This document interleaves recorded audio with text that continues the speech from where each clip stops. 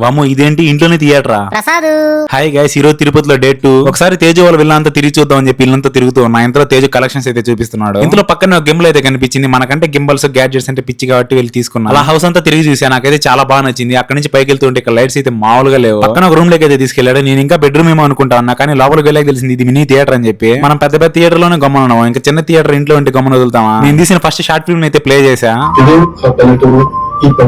మీరు ఎవరైనా మా షార్ట్ ఫిల్మ్ చూడకుండా ఉంటే ప్రసాద్ PS బ్లాగ్స్ అని యూట్యూబ్ ఛానల్ ఉంటుంది, వెళ్ళి చూసేయండి. షార్ట్ ఫిల్మ్ నేమ్ వచ్చేసి నా హృదయ వేదన. ఒకసారి షార్ట్ ఫిల్మ్ మొత్తం చూసి ఈ రోల్ ఎలా అనిపించిందో కింద కామెంట్ చేయండి. ఈమె ఎవరో కాదు, మా అమ్మే. మా అమ్మ ఫ్యూచర్ లో మంచి స్టార్ అవుతుంది. అసలు ఈ షార్ట్ ఫిల్మ్ లో మా అమ్మ ఉన్నట్టు మా అమ్మకి తెలియదు. మా అమ్మకి తెలియకుండా షూట్ చేసి దీంట్లో పెట్టా. ఎంతకు తెగించావరా? నాకే తెలియకుండా నన్ను నీ షార్ట్ ఫిల్మ్ లో వాడుకున్నావా?